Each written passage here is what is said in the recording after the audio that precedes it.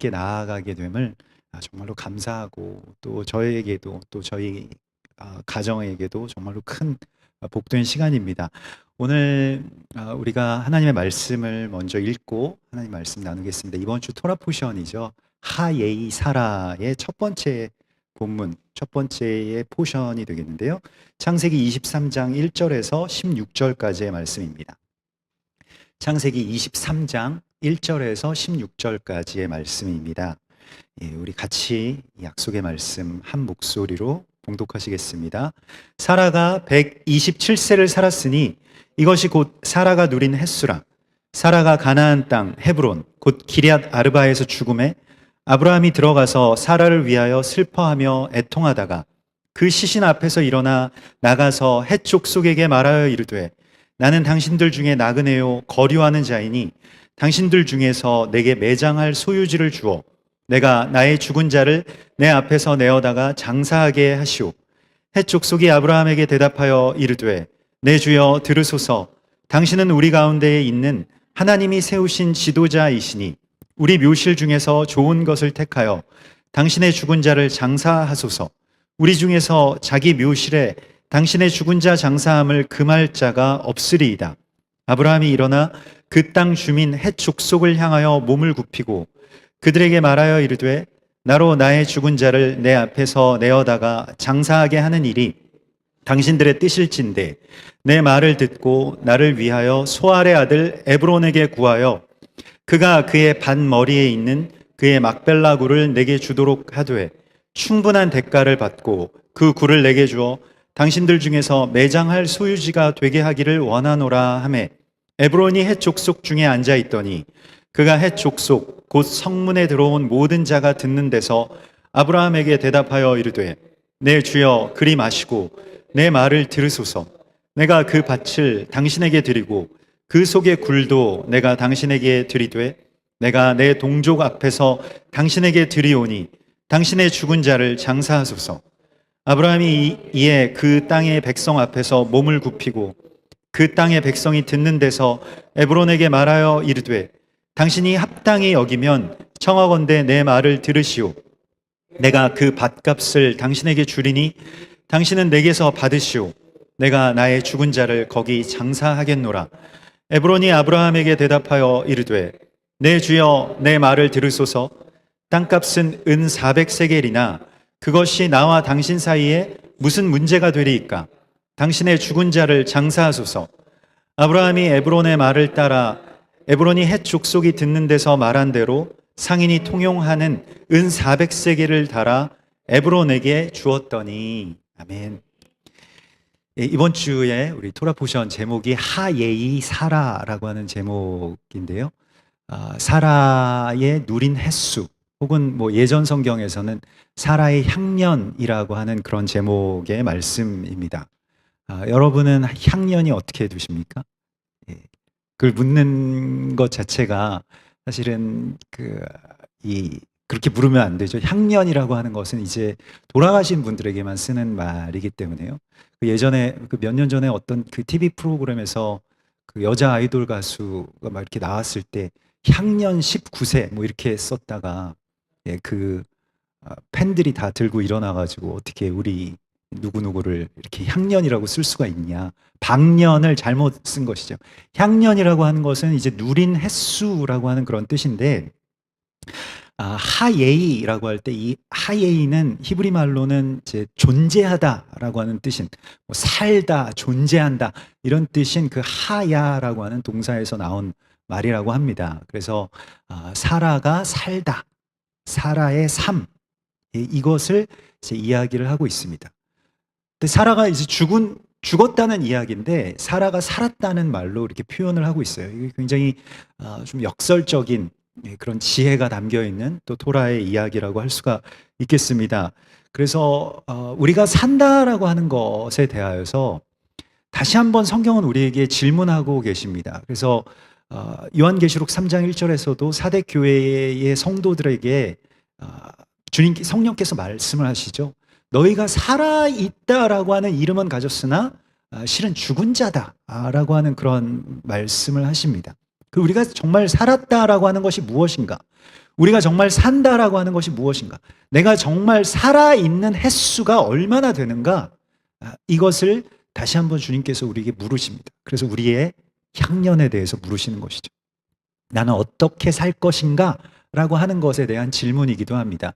근데 사라는 127세를 살았다라고 이렇게 오늘 성경에서 기록이 되어 있는데요. 히브리어 그 원문을 보면 그 127이라고 하는 숫자를 쓰지 않고 사라는 100년을 살았고 또 20년을 살았고 70년을 살았다. 이렇게 세 분기점으로 그의 삶을 나누어서 이렇게 말씀을 하고 있습니다. 좀 특이한 어떤 그런 표기인데요. 근데 유대인들이 이렇게 그 숫자를 표기하는 것은 아닙니다. 그런데 사라의 누린 횟수에 대하여서 이렇게 어떤 분기점을 나누고 있고요. 자, 우리가 성경에서 100이라고 하는 숫자는 충만의 숫자입니다. 100, 이런 것은 다 채워졌다라고 하는 어떤 충만의 숫자인데요. 사라의 100년이라고 하는 삶은 아브라함도 마찬가지로 100세의 아들 이삭을 얻었던 것과 같이 언약을 향해서 자기 자신의 삶을 그렇게 부어드리는 또 비워내는 어떤 그런 충만의 수였습니다. 그런 삶이었고요. 그래서 우리가 가나의 혼인잔치에서도 보면 물을 아구까지 다 담아라. 그 다음에 가지고 가서 따라줄 때 물이 포도주가 되는 것이지 그냥 포도주가 된 물을 갖다가 이렇게 대접하는 게 아니었거든요. 그래서 하나님의 역사라고 하는 것은 사람들의 어떤 삶도 마찬가지입니다만은 어느 단계까지 충만하게 채워져야 되는 시간이 있고 노력이 있는 것입니다.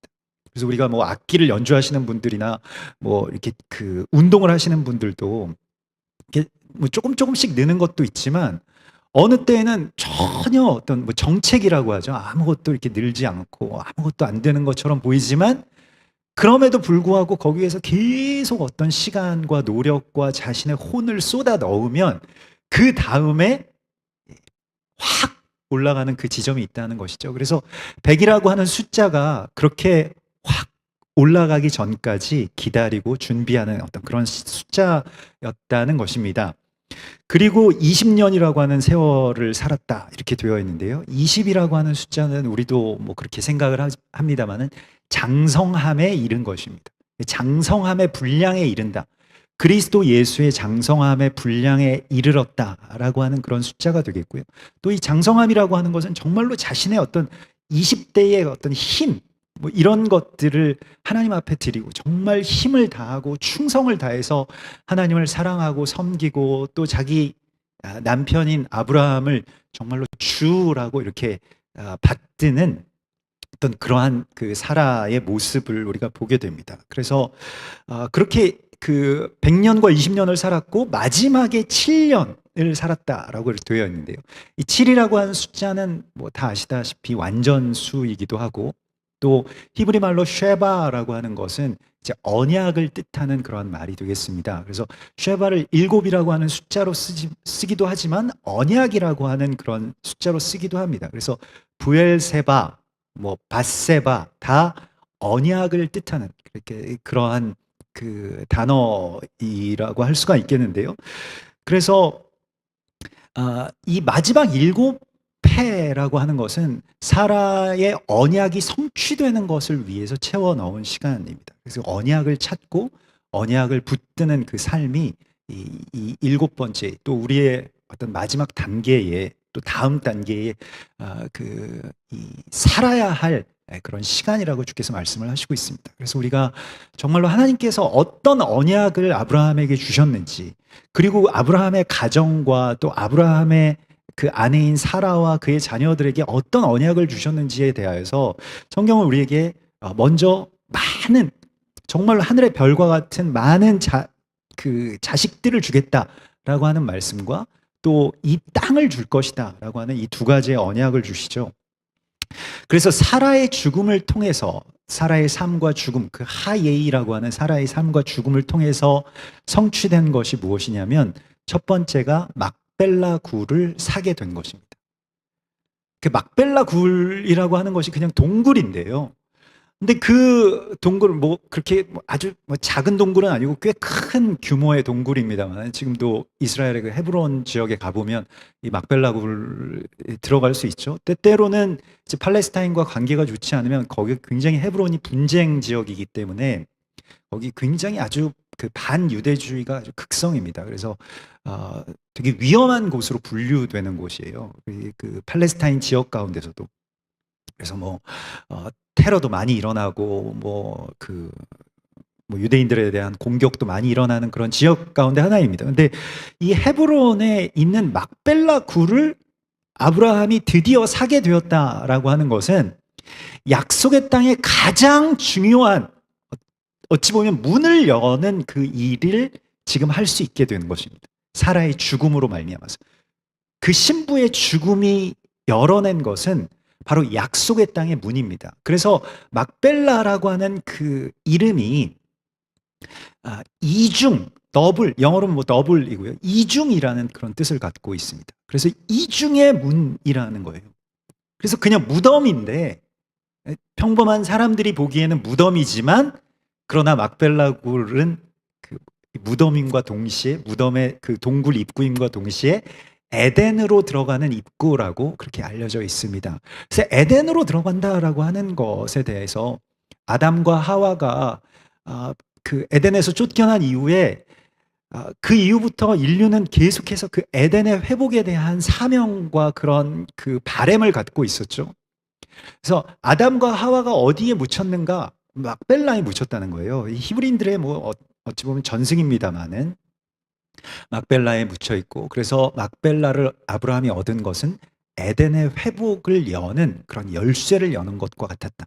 그 이후로부터 아브라함의 자손들이 가나안 땅이 결국 이제 에덴이라고 할 수가 있겠는데 그 에덴이라고 하는 그 동산을 얻게 되는 것이죠. 그래서 굉장히 중요한 이 언약의 성취가 사라의 죽음 때문에 일어난 것입니다. 왜냐하면 그 당시에는 오늘날과 같이 어떤 뭐 부동산, 복덕방 뭐 이런 것이 있어서 땅이 거래되는 시대가 아니었습니다.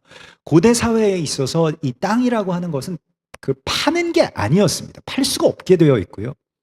특별히 자기 동족에게는 그래도 팔 수가 있는데 이방인에게 땅을 넘긴다? 이것은 있을 수가 없는 일입니다. 아무리 돈을 많이 줘도요. 그러니까 아브라함이 거부였지만 땅은 없었어요. 땅을 가질 수가 없었습니다. 이방인이기 때문에. 그런데 아내의 죽음으로 말미암아서 땅을 살 수 있게 된 것입니다. 그런 길이 열린 것이고요. 그래서 이 신부의 죽음이라고 하는 것은 순교자들이 피를 흘림으로써 교회가 이 땅 가운데서 하나님의 나라, 하나님의 땅을 얻는 그런 가장 중요한 통로가 됩니다. 이것만이 하나님의 나라, 하나님의 땅의 문을 여는 열쇠가 되는 것이죠. 그래서 이 사라의 죽음을 통해서 막벨라 굴을 얻게 되는 그 이야기가 사라의 말하자면 핏값으로 산 땅이라는 뜻이잖아요. 그래서 이 잃어버린 에덴의 문을 다시 되찾는 이 언약의 성취가 사라의 죽음을 통해서 성취됩니다. 그래서 우리는 살아서도 하나님의 언약을 성취하지만은 우리의 죽음이라고 하는 것, 사람의 죽음, 성도들의 죽음을 하나님께서 그렇게 귀히 여기신다고 시편은 우리에게 말씀을 하고 있습니다.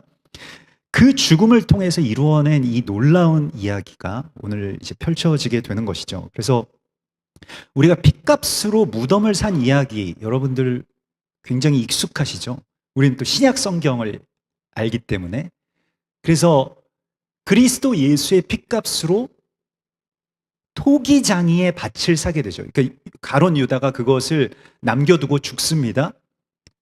근데 그 돈으로 은 30으로 토기장이의 밭을 사서 뭘 했냐면 그걸 가지고 뭐 밭에 집을 지었고 농사를 지은 게 아니라 그것을 나그네들의 묘지로 삼았더라. 이렇게 되어 있습니다. 그게 이방인들의 묘지가 거기에 생긴 거예요. 예루살렘에. 히브리인들에게 있어서 예루살렘에 묻힌다라고 하는 것은 부활에 참여한다라고 하는 그러한 이 의미를 갖습니다. 굉장히 중요한 의미이고 지금도 뭐 예루살렘에 묻힌다라고 하는 것은 정말 명예로운 일이고 뭐 돈이 아무리 많아도 예루살렘의 어떤 그 묘지에 그 묻히기는 어렵다라고 하는데요. 왜냐하면 주님께서 다시 이 땅 가운데 오셔서 모든 죽은 자들이 부활할 때에 예루살렘에서 이 무덤을 열고 처음으로 부활하는 자들이라고 그렇게 믿기 때문입니다. 유대인들 그런 신앙을 갖고 있는데, 그런데 이방인들을 그 영원한 안식 가운데로 영면하게 할 그 무덤을 또한 예수 그리스도의 핏값으로 산 것입니다. 이게 사라의 핏값으로 산 막벨라나 그리스도 예수와의 핏값으로 산 그 아겔다마라고 하는 그 무덤이나 사실 같은 이야기라, 연결되는 이야기라고 할 수가 있겠습니다. 그래서 헷 족속의 아브라함에게서 은 400세겔 에브론이죠. 아브라함이 헷 족속 에브론에게서 은 400세겔을 주는 그러한 장면입니다. 그런데 오늘 이 말씀에서 보면 그 헷 족속 사람들이 아브라함에게 돈을 안 받겠다고 하죠. 그냥 무상으로 묘지를 제공하겠습니다. 당신이 원하는 그 어떤 곳이라도 우리가 묘지로 제공할 터이니 돈을 내지 마십시오. 이렇게 이야기를 하고 있습니다. 물론 여기에 대해서는 뭐 여러 가지의 어떤 의미가 있을 수 있겠습니다만은, 아브라함이 그렇게 돈 내지 않고 이걸 사용할 수 있다고? 그러면 저였으면은 굉장히 감사했을 것 같아요. 감사합니다. 마침 돈도 별로 없었는데 잘 됐네요. 이렇게 좀 선처를 베풀어 주셔서 고맙습니다. 이렇게 하고 그 땅을 무상으로 좀 이용했을 것 같은데, 그 은 400세겔이라고 하는 것을 제가 이제 시가로 계산을 해보니까요. 이게 반세겔이 15만 원 정도 합니다. 보통 일반적으로 한 15만 원 그 정도 왔다 갔다 하는 그런 금액이니까요. 400세겔 이렇게 계산을 해보면 한 1억 2천만 원 정도 이렇게 된다고 합니다. 요즘에 부동산 값이 막 너무 올라가지고 1억 2천이면 싸네, 뭐 이렇게 말씀하시는 분들도 계실지 모르겠습니다만, 우리 전세값도 안 나오네, 뭐 이렇게 말씀하실 수도 있습니다만은, 그 당시에 1억 2천이라고 하는 돈은 어마어마한 돈이에요. 그것도 시세보다 훨씬 더, 시세라고 하는 것도 없죠. 어차피 거래가 안 되는 거니까 그냥 동굴이라고 하는 것은 거의 버려진 땅입니다. 거기서 뭐 농사를 지을 겁니까? 뭘 할 겁니까? 근데 그 땅을 1억 1천에 1억 2천에 산다? 이게 말이 안 되는 건데, 아브라함이 땅값에 헷 족속 에브론이 부르는 그 땅값을 다 어떻게든 지불하려고 합니다. 공짜로 주겠다라고 하는데 어떻게든 몸을 굽혀서 막 사정을 합니다. 어떻게든 이 은 400을 받아주십시오. 이렇게 이야기를 하는 것이죠. 이 이야기가 또 신약 성경에 보면 예수께서 우리 어린이 찬양도 있습니다만, 천국은 마치 밭에 감추인 보화와 같아서 그 가치를 알아보는 사람이 자기의 온 재산, 자기의 온 가치를 다 팔아서 사는 이야기입니다. 천국이라고 하는 것도 돈 주고 사는 거예요. 하나님의 나라는 돈 주고 사는 겁니다. 대가를 지불함이 없이 하나님의 나라를 얻을 수 있다고 생각해서는 안 됩니다. 그래서 천국은 마치 그 밭에 감추인 보화와 같고, 또 어떤 진주 장사가 진주에 대해서 조예가 너무 깊은데 자기가 볼 때는 이건 어마어마한 진주를 발견했다. 그러면 또 가서 자기 재산을 다 팔아서 그 진주를 사느니라. 가치를 알아보고 그 가치에 대하여서 내가 대가를 지불하는 것이 예배입니다.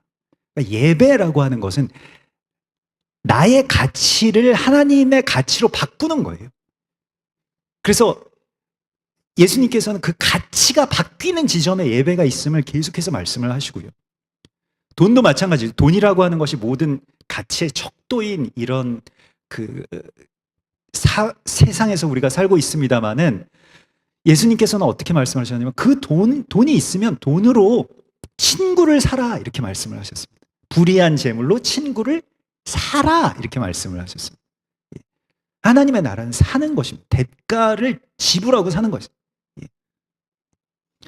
이 돈만 좀 내면 살 수 있다라고 한다면, 아브라함에게는 이 가치가 어마어마한 가치라고 하는 것이죠. 자기 전 재산을 팔아서라도 이 동굴 하나를 얻는 것이 자기의 마지막 또 아내의 죽음의 그 핏값의 대가임을 정확하게 알고 있었습니다. 그래서 가치를 알아봐야 됩니다. 하나님 나라의 가치를 알아봐야 되고요. 이스라엘의 가치를 알아봐야 되고요. 우리가 하나님께서 우리 가운데 주신 이 언약의 값어치가 얼마나 있는지에 대하여서 그 깨닫는 것, 이것이 하나님 나라의 백성이 되는, 또 하나님 나라의 언약을 성취하는 일임을 주께서 말씀을 하시고 있습니다. 그래서 무엇이 정말 어디에 내가 가치를 둘 것인가, 나의 어떤 전 재산 혹은 나의 젊음, 나의 이 시간, 뭐 나의 20대, 또 나의 한평생, 이것을 어디에 가치를 두며 살 것인가 라고 하는 것을 우리가 아는 것입니다. 그래서 그 사라의 이 향년 가운데서 마지막에 그 7이라고 하는 숫자 있잖아요. 쉐바, 언약이라고 하는 뜻도 있지만 7세 있잖아요. 7세 아동, 어린아이. 그 어린아이와 같이 되는 것을 의미하기도 합니다. 그래서 예수께서 말씀하신 것과 같이 누구든지 이 어린아이와 같이 되지 아니하면 결단코 하나님의 나라에 들어갈 수 없다라고 말씀을 하시죠. 정말 뭐 어떤 미술의 대가들 보면 막 20대 때는 뭐 치열하게 막 그림 뭐 그리고 막 뭐 호랑이 털 하나까지 눈썹 한 올까지 막 다 그리던 그런 엄청난 세묘의 화가들이 나중에 막 어느 순간 정말 그 돌아가시기 전에 마지막 그림이 아기들 그림처럼 된다고 그러거든요. 그래서 아기가 그린 그림 같은데 거기에 아주 놀라운 깊이가 있는 그 단계가 이제 열리게 되는 것, 그것이 이제 어린아이와 같이 된다라고 하는 것인데, 장성함을 넘어서는 장성함이죠.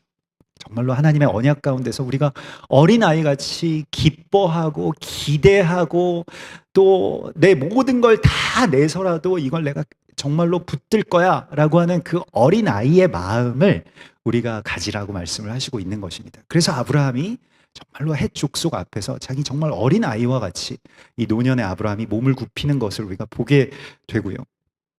대가를 지불함을 통해서 하나님의 역사가 이루어지는 바로 이 막벨라 굴의 이야기와 함께 사라의 죽음을 통해서 성취된 두 번째의 이야기가 새로운 신부를 찾아 얻은 것입니다. 새로운 신부가 세워지는 것이.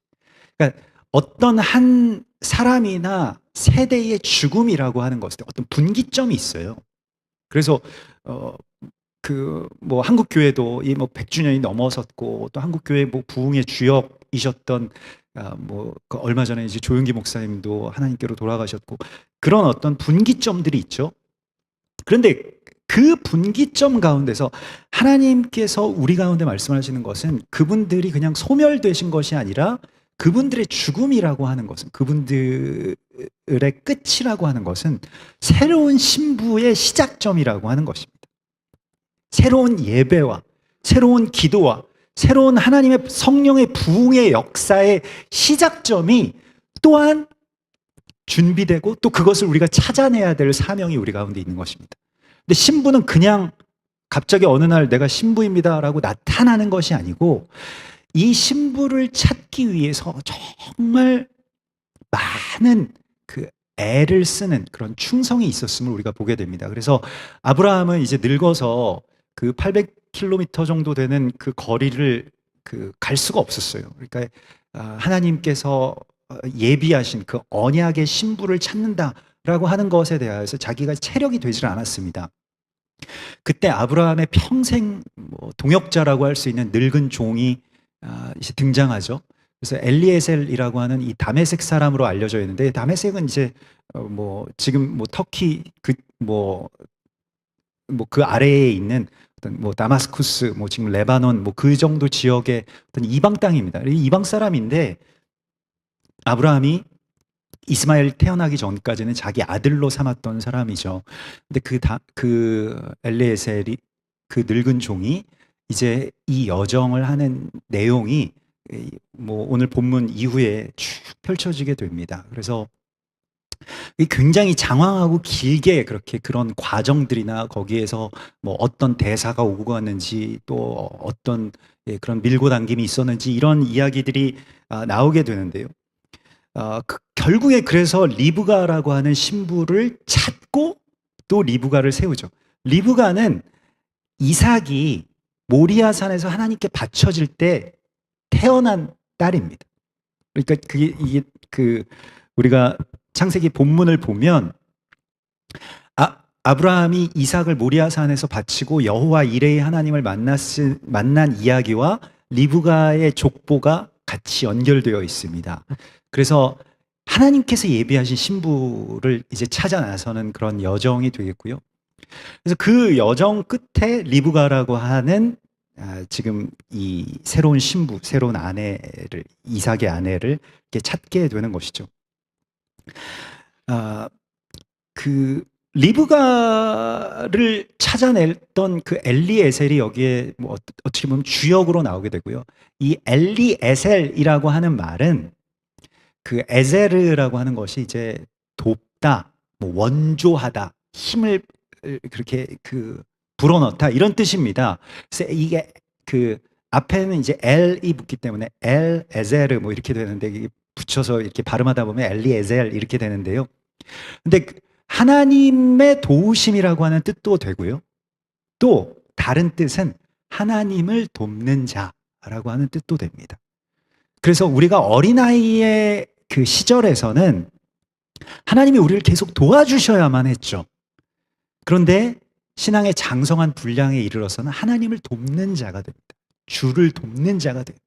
아브라함이 어디 갈 데 없는 그 고아였던 이 다메섹 사람 엘리에셀을 자기 집에 자식처럼 키웠지만은 그러나 어느 시간이 되면 우리도 뭐 그 부모님이 연로하시면 뭐 그런 경우가 있죠. 근데 어느 시간이 되었을 때 엘리에셀이 아브라함을 도와주는 그런 종이 됩니다. 그래서 우리가 하나님의 종으로서 하나님께서 우리를 도우시지만은 하나님께서 뭐 하나님이 연로하시진 않지만은 하나님은 항상 우리가 하나님을 돕기를 원하십니다. 그 연합을 원하시는 거예요. 하나님이 다 하실 수 있지만 우리에게 이것을 같이 하자, 합력해서 하자. 그래서 저도 웬만하면 이렇게 예배를 드리거나 뭐 사역을 할 때 아이들이랑 같이 다니면서 너희도 좀 도와라. 뭐 이것도 불고 이 깃발도 흔들어라 이렇게 얘기를 하는데요. 제가 뭐 미국에 잠깐 이렇게 살 때에 이렇게 보면 어떤 식당을 보면 그 식당에서 아이들이 학교 갔다 와서 식당에서 같이 막 서빙도 하고 이런 그 식당들이 있어요. 대부분 다 중국 식당입니다. 무슨 뭐 차이나 뭐 익스프레스 뭐 이런 이름이 붙은 중국 식당. 중국인들은 보면은 자식들이랑 같이 일을 해요. 그러니까 자녀들이 그 부모님들 고생하시는 걸 같이 보고 같이 겪으니까 나중에도 그 가족 간의 관계가 아주 끈끈하고 결혼해서도 같이 뭔가를 하는데 한국 분들은 이제 자녀들 공부해야 되니까 이렇게 뭐 가게에 못 오게 하고 이런 경우도 많이 있었습니다. 그래서 좀 나중에는 부모님과의 관계가 어려움이 많다. 뭐 그런 얘기를 제가 그 이민 가신 분들한테 이렇게 좀 들었습니다만은 우리가 하나님께서 우리와 함께 하기를 원하시고 우리가 좀 연약하지만 어린아이와 같고 하나님께 뭐 도움이 되면 얼마나 되겠습니까? 그런데 하나님께서는 엄청나게 큰 도움이 된다라고 말씀을 하시죠. 뭐 우리 아이들이 나와서 여기서 뭐 이렇게 깃발 흔들고 뭐 나팔 부는 게 무슨 도움이 되겠습니까만은 또 우리 김종철 감독이 말씀하신 대로 엄청나게 도움이 되고 엄청나게 풍성합니다. 이렇게 말씀하신 그 마음 바로 그것입니다. 하나님의 마음이에요. 근데 이제 엘리에셀이 그런 하나님을 돕는 종, 아브라함을 돕는 종이 되었고 그 엘리에셀이 찾아낸 신부의 이름이 리브가였습니다. 리브가라고 하는 이름은 좀 우리는 잘 모르는 그런 뜻인데요. 말에게 이제 발굽 편자를 이렇게 채우지 않습니까? 근데 말 발굽 위에 채워진 뭐 관절, 뭐 그러니까 말하자면 어떤 찾고 비슷한 것인 것 같아요. 그래서 말이 정말로 이젠 주인의 말에 순종할 수 있도록 채우는 어떤 그런 이 찾고 뭐 혹은 결박 이런 것이 되겠습니다. 그래서 리브가를 이렇게 묶는다 혹은 뭐 이렇게 가둔다, 결박한다라고 하는 뜻인데요. 붙들림 바 된 것이라는 뜻입니다. 신부의 완성이 여기에 있습니다. 그래서 이 사도 바울이 그렇게 빌립보서 3장 12절에서 말씀하고 있는 것과 같이 내가 이미 얻었다 함도 아니요 또 온전히 이루었다 함도 아니라 오직 내가 그리스도 예수께 잡힌 바 된 그것을 잡으려고 달려가노라. 뭘 잡는 것이냐면 잡힌 바 된 그리스도께서 나를 완전히 잡고 계신 그 구속을 잡기 위해서 내가 달려가고 있습니다. 이렇게 고백을 하거든요. 리브가의 이름이 바로 그 뜻입니다. 잡혔다. 남편에게 완전히 속했다. 이런 뜻입니다. 분리되지 않고요. 그래서 한 몸이 되는 것. 그것은 나의 어떤 잡힘인데 거기에는 너무나도 큰 자유가 있는 것이죠. 리브가가 결혼 안 하고 요즘에 뭐 우리 그 혼인율도 굉장히 낮고 출산율도 낮은 것과 같이 내가 혼자서 어떤 뭐 편안하게 나의 삶을 다 누리면서 귀찮은 일 없이 뭐 남편 이런 거 신경 안 쓰고 혼자 살겠다. 이게 자유가 아니고요. 정말로 하나님께서 예비하신 그 신랑과 둘이 합하여서 한 몸을 이루는 것이 신부의 완성이자 성취입니다. 리브가는 이걸 갈망했던 사람이고요. 그래서 지금 엘리에셀이 저 멀리 가나안 땅에서 이 800km 되는 길을 낙타 10匹를 끌고 옵니다. 리브가가 그 엘리에셀을 맞이하는데 그 엘리에셀을 맞이할 때에 이 리브가를 보면서 엘리에셀이 속으로 기도를 하는 것이 있죠. 만약에 하나님께서 예비하신 신부라고 한다면 제가 볼 때 여러분들은 어떤 기준을 갖고 계실 겁니까? 뭐 며느리를 만약에 얻는다라고 할 때 며느리에 대한 뭐 기준이 어떠세요? 뭐 예뻐야 되고 뭐 예쁜 건 별로 이렇게 그 없으셔도 뭐 성격이 좋아야 되고 신앙이 발라야 되고 뭐 이런 것들이 있으실 거 아니겠습니까? 근데 엘르에셀이 기도한 거는 무엇이었냐면요. 이 힘센 거. 힘이 센 신부였습니다. 정말로 이게 뭐냐면 그 우물가에서 나에게 물을 주는 그 여인이 신부인 줄 알겠습니다. 근데 나에게만도 아니고 이 낙타 10필에게도 물을 준다면 그때는 정말로 신부인 줄 알겠습니다. 이렇게 기도하거든요. 이게 말도 안 되는 기도인 게 그 목마른 낙타 한 마리가 마실 수 있는 물이 마셔야 되는 물이 1톤가량 된대요. 근데 당시에 우물은 이렇게 길어 올리는 것도 아니고 막 지하 깊은 그 계단을 내려가서 거기서 이 몸을 숙이고 물을 떠다가 그 무거운 물동이를 가지고 올라오는 일이었습니다. 그러니까 물 한 바가지 주는 것도 대단한 호인 거예요. 근데 그거를 사람은 뭐 그렇게 뭐 몇 모금 마시면 되지만 낙타는 1톤씩 마신다는데 그걸 계속 왔다 갔다 한 겁니다. 그걸 보면서 이 사람이 신부구나. 이걸 알아차렸다는 거예요. 이게 신부의 단장입니다. 요한계시록에서 말씀하시고 있는 신부의 단장이라고 하는 것은 신부의 충성됨이에요. 누가 현숙한 여인을 찾아 얻겠느냐? 잠언 31장에 나온 그 현숙한 여인이 막 조신하고 뭐 그런 여인이 아니라 힘센 여인이죠. 그 현숙하다라고 하는 그 말 자체가 이 하일 이샤라고 하는 그런 말인데 하일이라고 하는 것은 아주 권능이 있다, 힘세다 이런 말입니다. 그래서 잠언 31장 잘 읽어보시면 현숙한 여인에 대한 관점이 완전히 바뀝니다. 힘이 되게 세요. 아무튼 뭐 자기 팔을 걷어붙이고 뭐 여기저기 막 동분서주하면서 그렇게 낙타를 먹이는 낙타에게 물을 주는 그 리브가의 모습과 잠언 31장의 현숙한 여인의 모습은 꼭 닮아 있습니다. 교회가 단장된다라고 하는 것, 교회가 그리스도 예수와의 신부로서 단장된다라고 하는 것이 바로 여기에 있습니다. 충성이에요. 그래서 이게 엘리에셀의 이 늙은 종의 충성과 또 리브가의 충성이 만나게 됩니다. 그래서 뭐 여러분 예전에 뭐 그 고사성어의 질탁동시라고 하는 말 들어보신 적 있으신지 모르겠습니다. 이 줄이라고 하는 것이 이제 그 알 안에서 그 껍질을 그 병아리가 깨는 거를 이제 줄이라고 한대요. 탁은 뭐냐면 알 밖에서 닭이 그 어미가 그 껍질을 깨는데 동시에 양쪽에서 깨서 그 생명이 태어난다고 합니다. 그러니까 엘리에셀만 노력한다고 해서 아브라함만 그 언약에 대해서 갈급하다고 해서 되는 게 아니고요. 지금 이 땅에 있는 메소포타미아 지역에 있는 이 리브가가 갈망해야만 이루어지는 일입니다. 막벨라도 마찬가지죠. 갈망해야 그 땅을 얻을 수가 있는 것입니다. 평생 동안 갈망했어요. 누가 갖고 있는지도 다 알고 있었고요. 거기에 대한 돈도 일찍이 다 마련해 놓았습니다. 갈망하는 그 갈망을 통해서 언약이 성취됩니다. 우리에게도 언약에 대한 이 갈망, 이것은 그냥 내 안에 있는 욕망과는 다른 것입니다. 다른 데서 오는 거예요. 성령이 내 안에 계실 때 언약에 대한 갈망이 나오게 됩니다.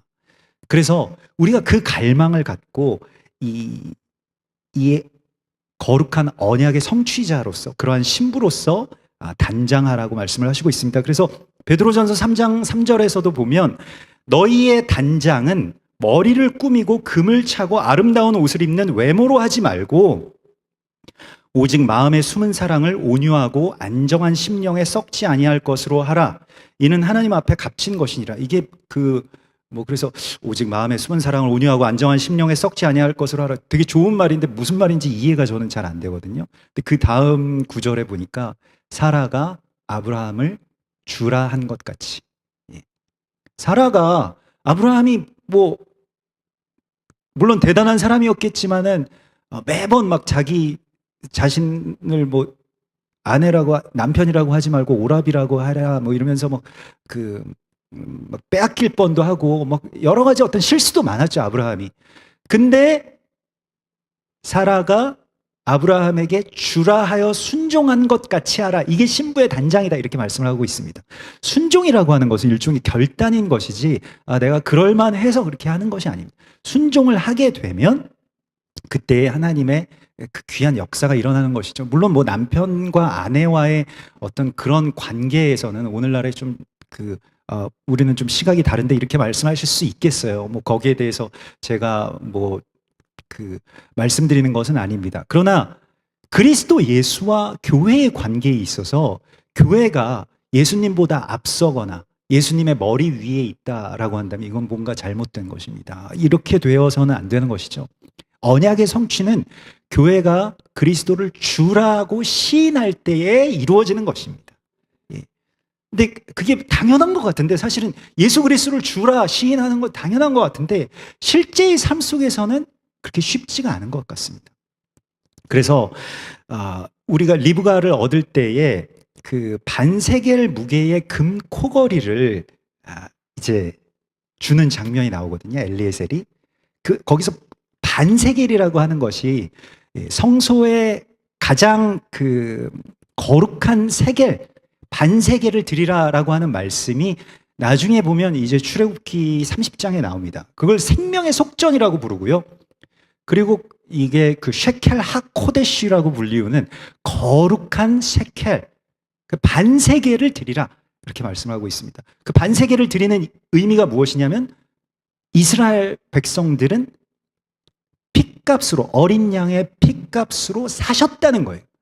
그래서 이스라엘 백성들의 소유는 누가 갖고 있냐면 그 부모가 갖고 있는 게 아니라 이스라엘 아들들의 소유는 하나님이시다. 그래서 반세겔을 내라고 말씀을 하시고 있습니다. 그래서 이게 너희는 값으로 사신 바 되었나니, 고린도전서 7장 23절에서도 그런 말씀을 하시죠. 사람들의 종이 되지 말라.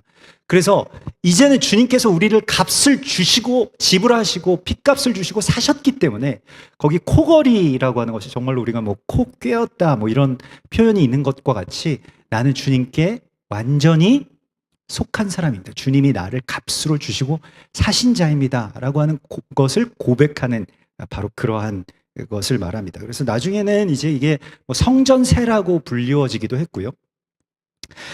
그래서 오늘 주님께서 우리에게 이 사라의 죽음, 하예이 사라와 함께, 우리가 이번 주에 하예이 사라의 본문의 그 마지막 지점에서는 이게 창세기 25장에 나오게 되는데 하예이 아브라함이 나옵니다. 그래서 아브라함의 향년에 대해서, 아브라함은 100년과 70년과 5년을 살았다, 이렇게 되어 있고요.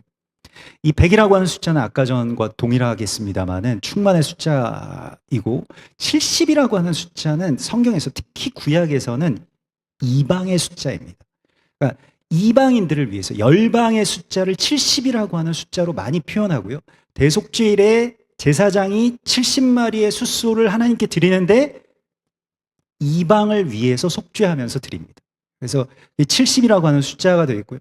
그리고 마지막으로 5라고 하는 것은 이제 이스라엘을 또 율법, 뭐 모세 오경이기도 하고요. 오병이어의 기적에서도 마찬가지인데 유대인, 이스라엘 이런 것을 이렇게 상징하기도 합니다. 그런데 이제 열방과 이스라엘이 하나가 되는 이 충만함, 이것이 한 세 사람의 언약이고 이것이 신부의 몸의 완성이죠. 신부의 완성이라고 할 수가 있겠는데, 그래서 아브라함이 175세에 그냥 리브가를 얻은 다음에 바로 그 결혼식 잘 마치고 돌아가셨더라 이렇게 되어 있는 것이 아니라 갑자기 창세기 25장에 보면 굉장히 당황스러운 이야기인데, 아브라함이 그렇게 막 숟가락 들 힘도 없는 그 노인이 후처를 얻었더라 이렇게 되어 있습니다.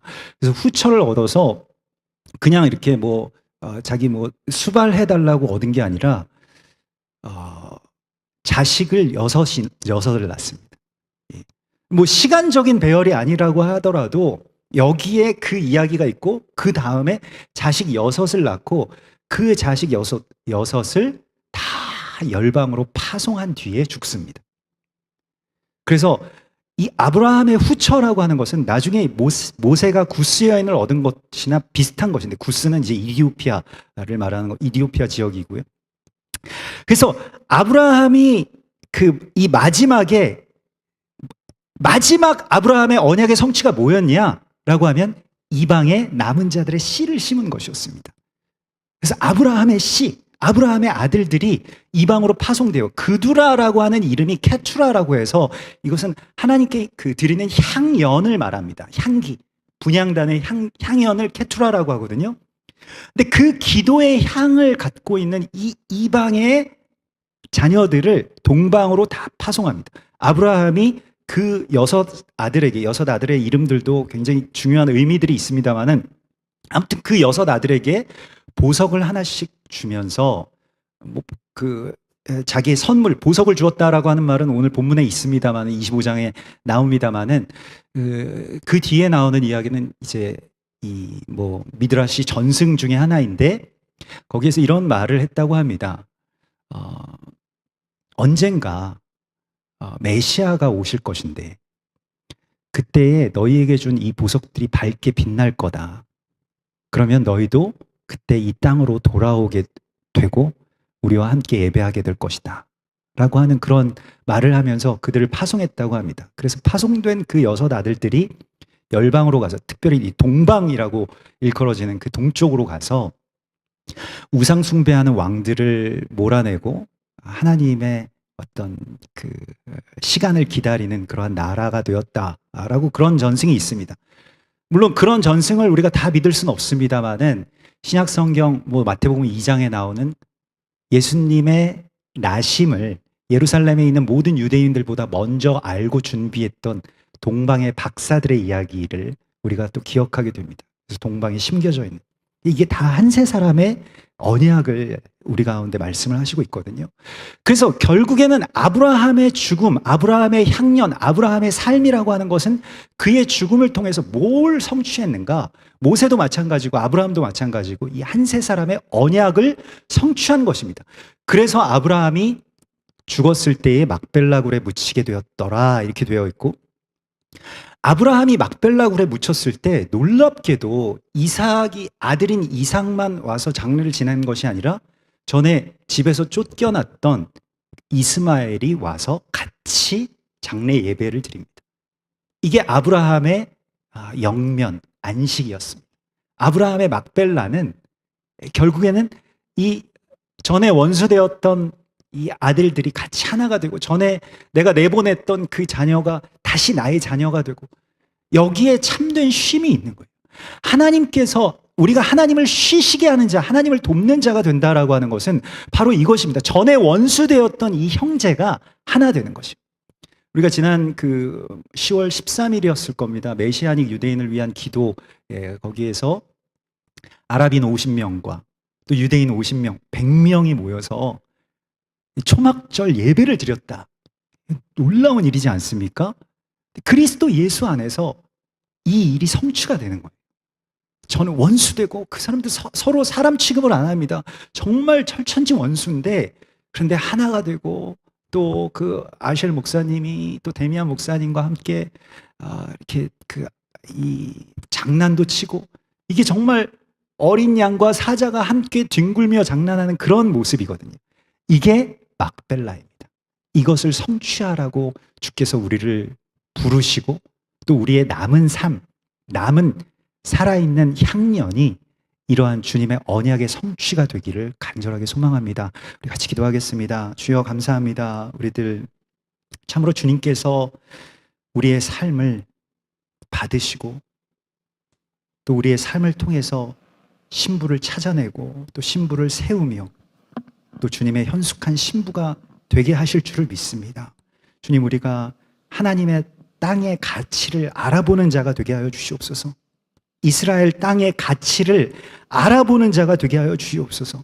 어떤 대가를 지불하고서라도 그 땅을 얻겠다라고 했던 아브라함처럼 우리도 이스라엘 땅이 하나님의 땅으로 온전하게 변화되는 것을 위해서 헌신하며 기도하며 기꺼이 대가를 지불하기를 원하오니 주여 우리의 삶을 받아주시옵소서.